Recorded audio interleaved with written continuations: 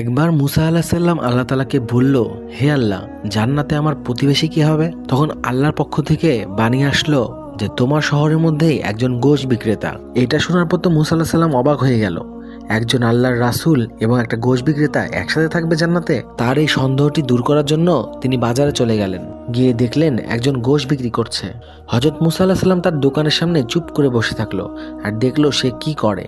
গোশ বিক্রেতা সব গোশ বিক্রি হওয়ার পরে কিছু অল্প গোশ নিয়ে সেই গোশ বিক্রেতা বাসার দিকে রওনা হলো। হযরত মুসা আলাইহিস সালামও তার পিছনে পিছনে গেল এবং তার কাছে তার বাড়ির মেহমানের জন্য অনুরোধ জানালো। কসাই তো সেটা শুনে অনেক খুশি এবং তাকে মেহমান বানানোর জন্য বিশেষ করে অনুরোধ করলো। তারপরে সর্বপ্রথম গোশ বিক্রেতা গোশটা কষালেন এবং রুটি বানিয়ে সেগুলো আবার ছোট ছোট পিস করে নরম করলো, যেন একটা বয়স্ক লোকও খেতে পারে।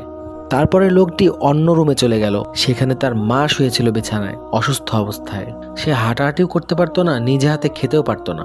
লোকটি তাকে খুব সাবধানে তুললেন এবং তাকে খুব ভালোবেসে আস্তে আস্তে করে খাওয়ানো শুরু করলেন। যতক্ষণ তার পেট না ভরল ততক্ষণ পর্যন্ত খাওয়াতে থাকলো। তারপরে তার মা তাকে ডেকে কানে কানে কিছু বলল। কসাই মৃদু হাসতে হাসতে রুম থেকে বের হলো।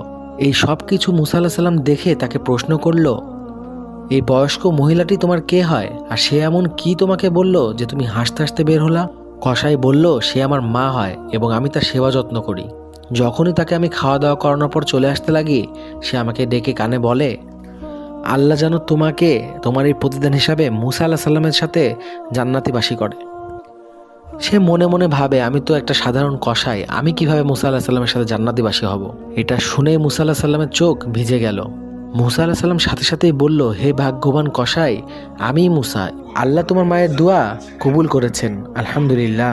আল্লাহ প্রতিটি সন্তানকেই তার মা বাবার খেদমতের জন্য তৌফিক দিক, আমিন।